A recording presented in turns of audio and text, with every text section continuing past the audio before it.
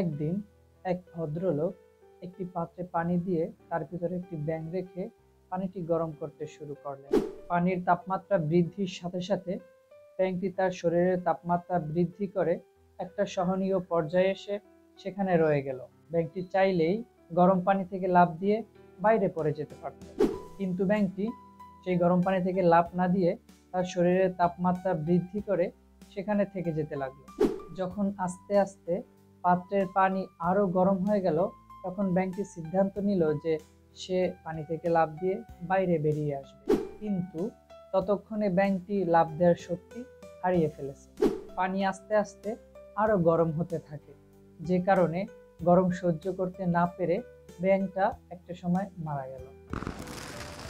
এখন যদি প্রশ্ন করা হয় যে ব্যাঙটা মারা যাওয়ার কারণ কি, তাহলে আমরা অধিকাংশ মানুষই বলবো যে ব্যাঙটি গরম পানির কারণে মারা গেছে। কিন্তু না, ব্যাঙটি আসলে গরম পানির কারণে মারা যায়নি। ব্যাঙটি মারা গেছে সে সঠিক সময়ে লাফ দেওয়ার সিদ্ধান্ত না নেওয়ার কারণে।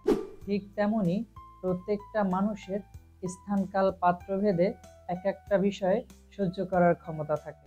আমাদের প্রত্যেকের মনে রাখতে হবে যে ক্ষমতা থাকার সময় সঠিক সিদ্ধান্ত নিতে হবে।